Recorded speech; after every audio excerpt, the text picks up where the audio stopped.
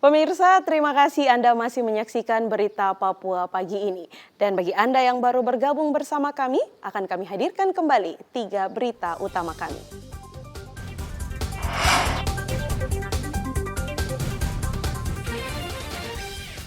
Pencuri motor di Sorong diringkus polisi saat sedang tertidur di rumahnya. Kapolda Papua cek gudang logistik untuk memastikan tahapan sesuai jadwal. Virus flu babi merebak di Mimika. Dinas Peternakan berencana menutup pasar daging babi.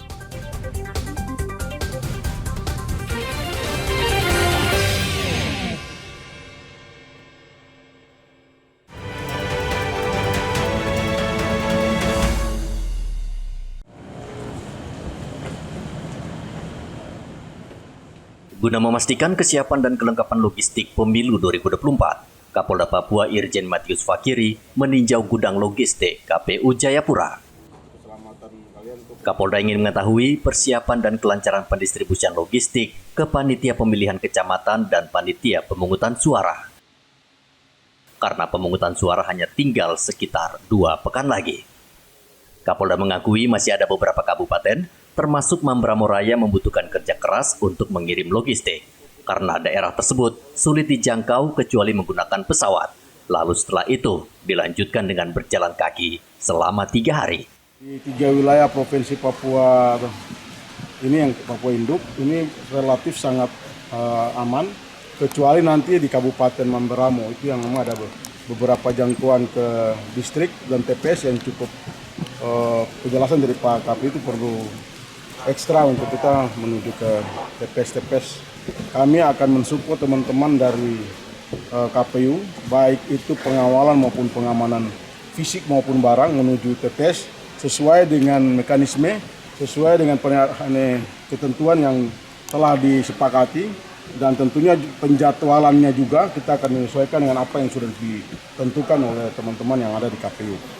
Saya pikir nanti kami bersama Bawaslu kita akan sama-sama di hari yang sudah ditentukan bersama-sama menuju TPS untuk perselaksanaan coblos pada tanggal 14 besok. Secara keseluruhan saya telah mendapat laporan dari para Kapolres bahwa kesiapan dari persiapan surat suara yang kami lakukan pengamanan di semua gudang-gudang yang ditaruh barang logistik pemilu ini telah siap. Walaupun ada beberapa kendala beberapa kendala bukan karena KPU di daerah, tetapi karena dari pusat, dari tempat pencetakan menuju ke Papua. Ini juga termasuk yang ada di daerah otonomi baru, baik di Papua Tengah, Papua Pegunungan maupun Selatan.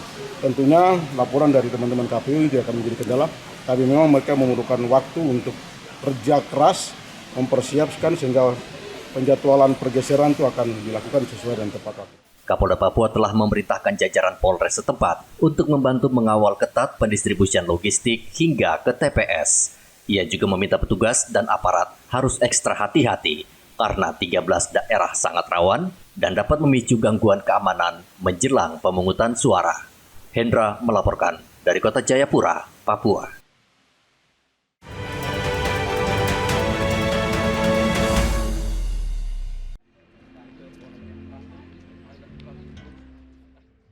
Menjelang pencoblosan 14 Februari mendatang, Komisi Pemilihan Umum KPU Kota Jayapura menyiapkan 2 tempat pemungutan suara atau TPS di perbatasan Papua New Guinea, yakni Kampung Moso dan Kampung Skou. Di wilayah perbatasan juga tersedia petugas kelompok penyelenggara pemungutan suara atau KPPS. Ia juga menegaskan bagi masyarakat setempat yang ingin menyalurkan hak pilihnya wajib mempunyai KTP Kota Jayapura. Mengantisipasi adanya warga pelintas batas ilegal dari Papua New Guinea dikhawatirkan akan ikut mencoblos pada saat pemilu. Kota Jayapura untuk TPS perbatasan ada 2, yaitu di Kampung Moso, satunya di Butung dan satunya di Kampung Moso sendiri. Dan untuk kesiapan mereka sudah siap, termasuk KPPS-nya juga sudah siap, sudah dibintek kemarin, dan mereka siap untuk melaksanakan tugas.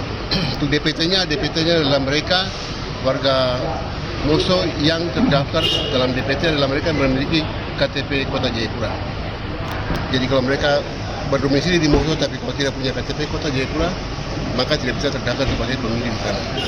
Untuk antisipasi itu menjadi kewenangan kepolisian dan juga Pamtas yang ada di sana.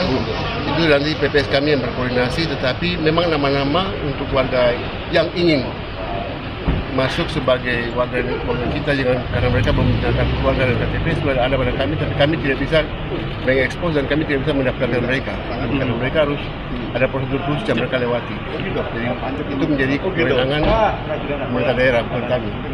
Sehingga walaupun mereka punya berdomisili tapi tidak punya KTP dan KK, maka mereka tidak bisa terdaftar sebagai pemilih. Polisi telah mengantisipasi 15 TPS rawan, salah satunya di Kampung Moso.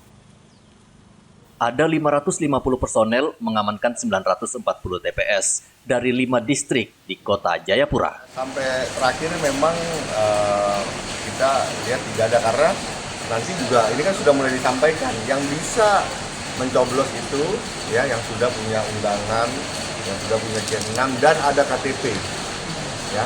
Jadi ini saya ingatkan juga ya, yang bawa surat undangan tidak ada KTP ya, tentunya nanti ada langkah untuk ya dijelaskan oleh petugas yang ada di KPS untuk kemungkinan kita tidak bisa, karena ketentuannya sudah ada dengan membawa KTP.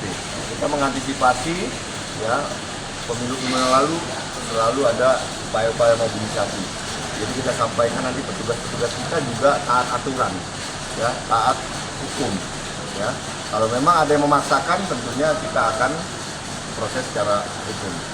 Ya, jadi kita sekaligus ini mengingatkan, ya menggunakan hak pilihnya sesuai dengan ketentuan. Tidak bisa ya dengan pemikirannya sendiri, ya, karena semua sudah tertulis dan tiap hari dari lembaga-lembaga tersebut ya yang penyelenggara sudah mengingatkan ya seperti bawa KTP, karena dari dulu juga sudah diingatkan tolong buat KTP. Jumlah daftar pemilih tetap atau DPT di Kota Jayapura 258.082 orang yang akan memilih di 940 TPS yang tersebar di 5 distrik. Hendra melaporkan dari Kota Jayapura, Papua.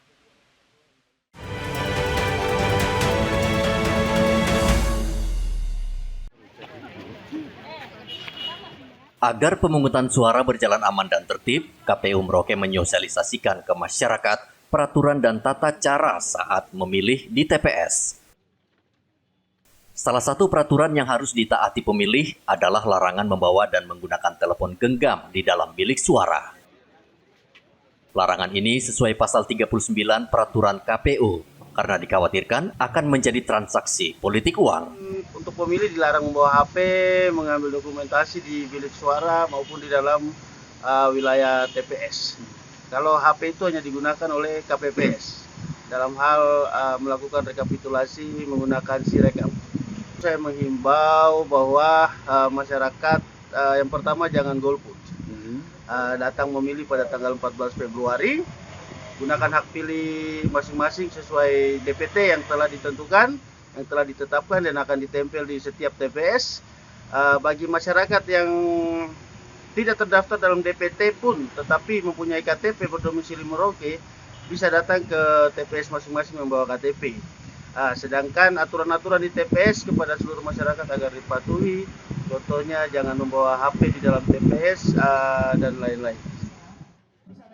Sebelum masuk ke bilik suara, pemilih harus menitipkan telepon genggamnya kepada petugas di TPS. Namun sebaliknya, untuk anggota KPPS, mereka diizinkan membawa telepon genggam untuk kepentingan pelaporan. Muhammad Ridwan melaporkan dari Merauke, Papua Selatan.